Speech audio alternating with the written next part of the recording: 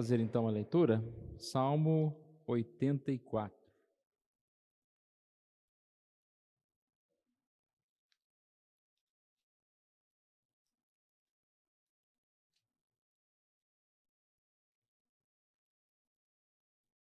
Podemos ler responsivamente todo este salmo. Ó, amáveis são os teus tabernáculos, Senhor dos exércitos.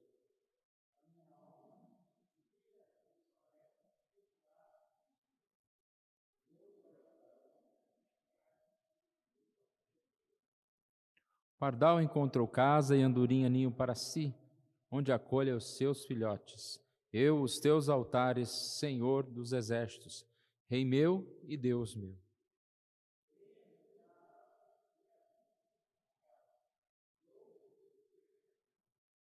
Bem-aventurado o homem cuja força está em ti, em cujo coração se encontram os caminhos aplanados.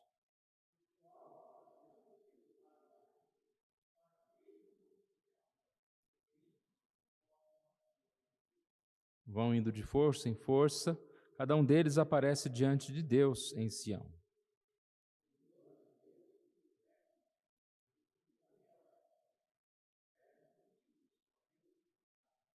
Olha, ó Deus, escudo nosso, e contempla o rosto do teu ungido.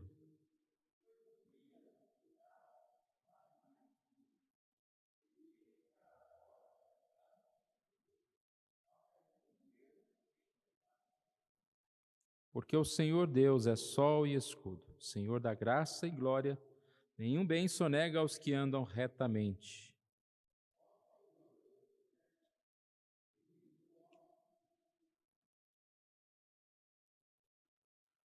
Muitas vezes perguntam, né, se tem um salmo preferido. Talvez esse seja um dos salmos preferidos. São tantas passagens bonitas, mas é uma mensagem que o salmista traz para nós bem interessante. Como nós falamos, nós estamos finalizando o ano e acredito que todos nós pensamos, né, no que será no próximo momento que nós vamos viver. E nós olhamos também para trás, encontramos histórias, né, que nós já passamos, de derrotas e de vitórias. E é tempo de gratidão, tempo de celebrar a Deus e tempo de realmente pensar no que nós queremos, porque muitas das situações que nós vamos viver estarão relacionadas ao que nós queremos, ao que nós buscamos. Isso é um fato. Eu sei que muitas coisas nós queremos, mas não temos força, mas quando nós realmente queremos alguma coisa e Deus está conosco, nós vamos conseguir. E como cristãos, nós queremos e devemos querer adorar a Deus. Nós somos criados com esse propósito de adoração e não podemos esquecer disso. Na questão de adoração, nós somos criados com um propósito no sentido dos nossos dons, da nossa história, da nossa vida. E esse salmo, ele fala de alguém que tinha nesse anseio pelo Senhor. Aqui a gente não vê o salmista relatando a sua vida, mas ele relata a sua experiência com o Senhor. A gente vê isso muito em alguns escritores, alguns escritos. Você lê, você conhece o escritor pelas palavras dele em relação a Deus, a beleza. Muitos não falaram das suas próprias experiências. Quando a gente vê, por exemplo, esses estudos de Spurgeon, ou comentários, ou as mensagens devocionais de Spurgeon, a gente percebe que provavelmente viveram um grande sofrimento. E aquela época era sofrimento mesmo.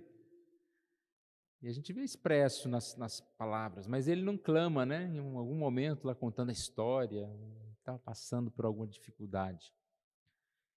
Mas conta do livramento de Deus e adora a Deus em meio às dificuldades. Então aqui nós temos no Salmo 84 um cântico de alegria, um cântico que mostra relacionamento estreito com Deus e anseio pela presença de Deus. Alguns dias, não sei se foi domingo passado, retrasado, domingo passado eu não estava aqui, né? Retrasado, eu falei um pouquinho sobre essa questão, né, de como nós estamos ansiando ansiando por Deus. E é muito sério, a falta de apetite nos leva à desnutrição, à fraqueza. E quanto mais nós ansiarmos, mais nós vamos buscar ao Senhor. Na mensagem de hoje, não sei quantos leram, ela fala de algo bem interessante, que nós podemos combater um prazer com um prazer maior. Quando a gente vê as pessoas buscando tantas coisas nesse mundo, tantas compras, prazeres, festas, né? Principalmente no final do ano, comer, beber, parece que a vida vai acabar em comida e bebida, não?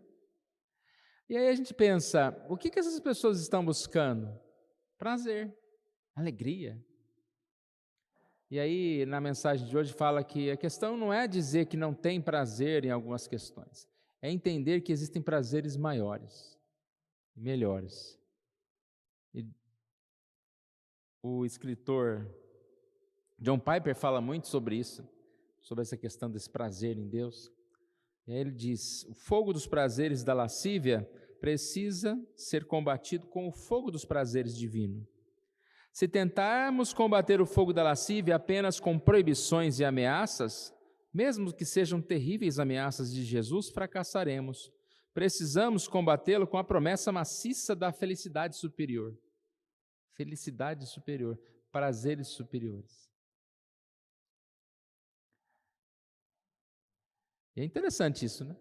Porque quantos prazeres existem nesse mundo, que na verdade são mentiras, que na verdade levam à destruição. Lembra que nós cantamos? Não, nós lemos o Salmo 1, os ímpios e os justos.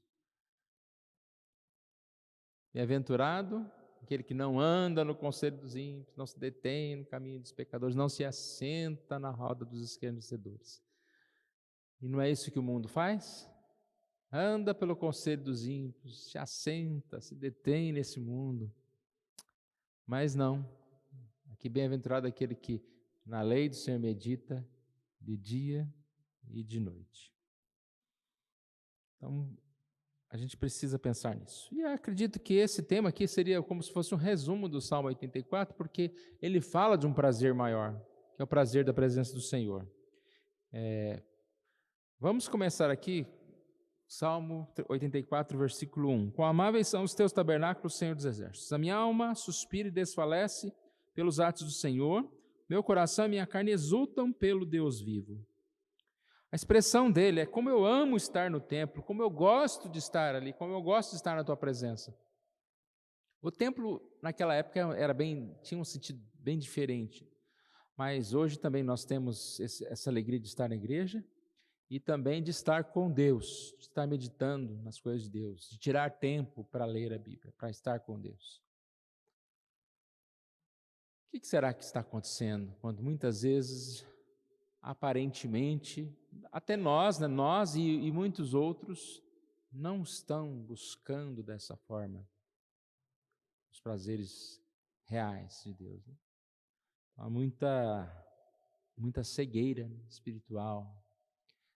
A gente passou pela questão do isolamento, de igrejas fechadas, e poderia se comparar um pouquinho com eles que ficaram no cativeiro e depois voltaram ao templo.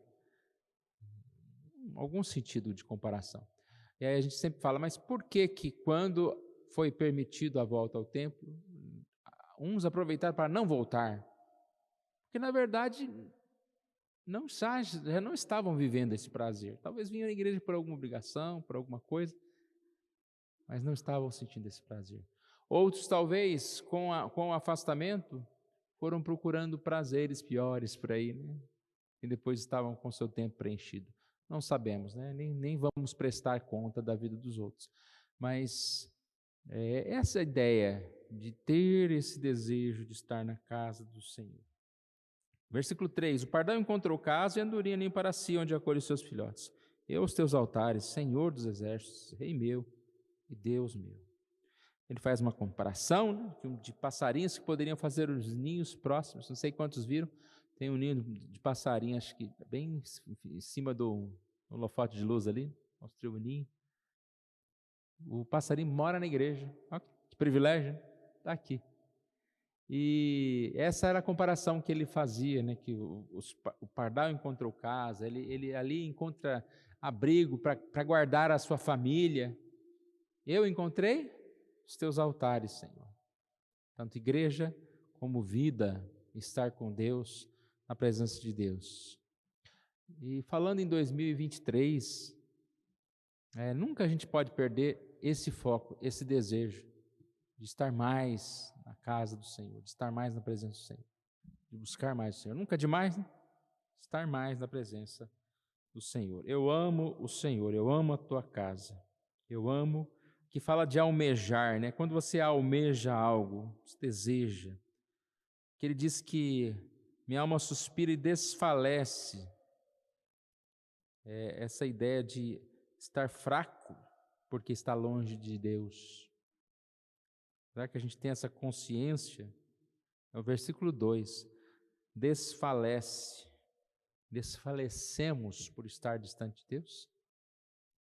Ou quantas vezes nem percebemos, né, que estamos distantes de Deus? Que é uma relativização, acertei? Muito grande, né, em relação do que é estar na presença de Deus. As pessoas, elas estão cada vez mais dizendo que estar na presença de Deus não está relacionado a estar na igreja, ou a ser aquele estudioso, aquela pessoa que passa horas em oração. Estar com Deus, fazer o bem, é ser amigo de todos, pensamento positivo. A gente está vivendo nos tempos assim, quando muitos pensam em estar com o Senhor, mas não estão. Que fala de desfalecer, almeja, suspirar. Algo que você suspira por ele, ambiciona, estar desejoso. Versículo 4, bem-aventurados que habitam em tua casa e louvam-te perpetuamente. Bem-aventurado o homem cuja força está em ti, em cujo coração se encontram os caminhos aplanados. Então ele fala de um coração que exulta pelo Deus vivo, né? No verso 2, e ele fala aqui de alguém que louva ao Senhor e que se alegra no Senhor. Então nós vemos aqui como se fosse pontos, amar ao Senhor, se alegrar no Senhor. Uma coisa é ligada à outra, né? Se você não ama, você não vai se alegrar naquilo. Você ama a sua esposa, então você se alegra com ela. Não tem como você falar, eu amo, mas eu não me alegro. Então, se eu amo o Senhor, eu me alegro na presença do Senhor. Bem-aventurado não é aquele que anda no conselho dos ímpios, no caminho do pecador, na roda dos escarnecedores, mas tem o seu prazer na lei do Senhor. Por que ele tem prazer na lei do Senhor e nela medita? Porque ele ama o Senhor e não ama as coisas desse mundo. Indo de força em força, sempre essa ideia, né, de estar sendo fortalecido. Porque se nós nos distanciamos de Deus, nós vamos enfraquecendo. Mas se nós nos aproximamos de Deus, nós vamos nos fortalecendo. E às vezes esse fortalecimento, ele acontece de uma forma interessante, que a gente não se sente mais forte, mas a gente se sente mais dependente do Senhor, e por isso nós nos aproximamos mais de Deus. Por exemplo, aonde aparece mais sujeira? Numa roupa preta ou numa roupa branca? Às vezes você veste uma roupa clara, qualquer sujeirinha é visto. Deus é santo. Essa brancura do Senhor, essa santidade do Senhor, quando nós nos aproximamos dele, nós percebemos o quanto nós somos pecadores. E assim nós necessitamos do Senhor. O que acontece é que muitas vezes o distanciamento de Deus faz a gente nem enxergar que nós estamos em trevas. Quando você pergunta, fulano faz isso e nem tem a consciência pesada, porque ele está acostumado. Para ele aquilo pode até, é meio errado tal, né? Às vezes quando você pensa uma pessoa que faz um assalto, que rouba, ele está preocupado? Não, ele sabe que ele vai lá para uma cadeia e vai responder umas perguntinhas lá, e daqui a pouco está na rua, né? A cadeia está lotada. A pessoa pega um carro, bate, rouba, porque foi entrando nas trevas e não foi enxergando o tamanho da pecaminosidade, né? O tamanho do seu pecado. Então a gente percebe que essa ir de força em força está relacionado com estar no Senhor, sendo assim fortalecido e transformado. O qual, passando pelo vale árido, faz dele o manancial de bênçãos, o cobre a primeira chuva. Esse versículo aqui tem muita história, né? Muita informação, porque passar por um vale árido é algo difícil para todos nós. E quando você passa por dificuldades, ou você faz com que aquele lugar fique mais bonito e até venha a florescer, ou você faz daquele lugar um lugar de lamentação, um lugar de dor, dificuldades. E o que está dizendo aqui é exatamente que o cristão, ele pode passar pelo vale árido, mas não que aquele lugar vai se transformar, os problemas vão desaparecer, mas que mesmo em meio aos problemas, ele consegue enxergar a paz, a felicidade. A vida nutrida por Deus é algo tão bom, tão poderoso, que faz de um vale um manancial. O vale árido é transformado pela presença das peregrinações. Assim como a chuva vai transformando o vale árido, vai nascendo aquela plantação bonita, o cristão, ele transforma momentos difíceis. E isso é importante até para a influência dos outros. Quando você está perto de alguém, você pode levar alegria para aquela pessoa, mesmo ela estando em dificuldades. Agora você pode se aproximar de alguém que está até feliz e fazer ela ficar triste com a sua reclamação, com a sua tristeza, com os seus problemas. E problema é algo assim tão complicado, né, de se expressar, porque é o sentimento de cada um, tem que respeitar o sentimento das pessoas. Mas, como cristãos, a gente tem que pedir a Deus, né, para que Ele nos livre da tristeza diante das dificuldades. Vamos falar mais sobre isso, nós temos mais sábado e domingo, falar sobre Ano Novo. Vamos falar um pouquinho sobre isso, né? Sobre essa alegria que o Senhor Deus produz, nos alegra e transforma situações mais difíceis, né? Então sempre pode estar feliz. Vão indo de força em força, né? A força que vai aumentando, é força em força. Repare que se você alternar entre força e fraqueza, na verdade você às vezes não sai do lugar, né? Mas é uma escada que vai subindo e essa força vai alternando, vai crescendo nesse dia a dia. Versículo 8, que começa a falar sobre provisão. Então nós amamos o Senhor, nós desejamos, adoramos ao Senhor e nós reconhecemos que nós temos provisão e sustento no Senhor, que é algo tão importante para a vida. Nós necessitamos desse sustento diário. E de onde vem? Do nosso trabalho, da nossa força, da nossa inteligência? Não, vem do Senhor, que nos dá força para o trabalho, que nos dá alegria, que nos dá condições, e faz essas coincidências acontecerem. A nossa vida é cheia de coincidências, ou seja, de situações que nós passamos. Eu tive um momento lá com minha mãe e minha irmã, e eu estava conversando com a minha irmã sobre isso, né? Minha mãe já é preocupada, e ela também é preocupada, mas o que vai acontecer isso e tal, né? Sempre as mesmas preocupações, a gente se preocupa com dinheiro, preocupa com saúde, e eu falei para ela, vamos pensar hoje, né? Viver hoje, e nunca vai faltar nada, Deus faz muito mais, né, para a gente. Sempre nós vamos ter uma forma de resolver as situações. E acredito que qualquer um aqui, né, nós poderíamos dar vários exemplos disso, como a gente se vê em situação assim que você fala, nossa, agora não tem mais saída. E Deus providencia, abre uma porta. E como tem nos sustentado, né, irmãos? Como tem nos abençoado.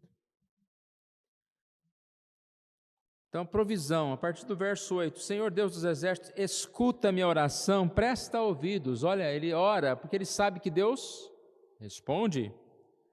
Olha, ó Deus, escudo nosso, e contempla o rosto do teu ungido. O que é um escudo? É proteção. proteção contra inimigos, proteção contra qualquer coisa.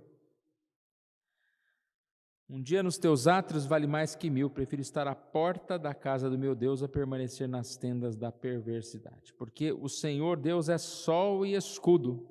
O sol é aquele que dá vida à terra, faz produzir o alimento. E escudo é aquele que protege. O Senhor dá graça e glória, nenhum bem sonega aos que andam retamente.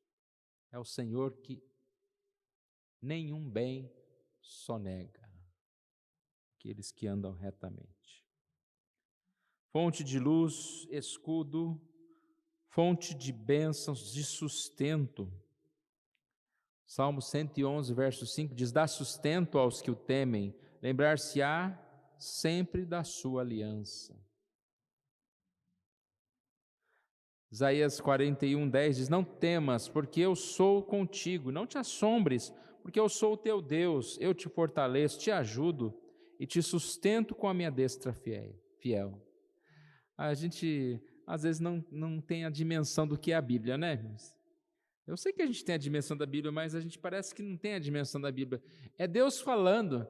Se você abre lá em Isaías 41, 10, e você ouve Deus falando, não é alguém, não é um amigo, não é alguém que tem influência na cidade.